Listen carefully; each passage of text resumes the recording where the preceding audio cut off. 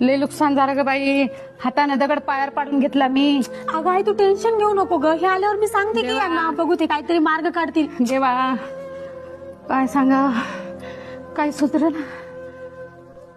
काय झालं ग, तुझी आई अशी खाली का बसली? अहो ते काय झालं ना, तेव्हा ती एसटी बसची योजना आलती की नाही, त्यात 65 वर्षाच्या वर ज्याचं वय असेल त्याला अर्ध तिकीट.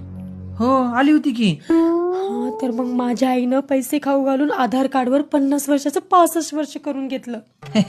अरे मग छानच झालं की, आता अर्धा तिकीट झालं असेल तुझ्या आईला, हे की नाही?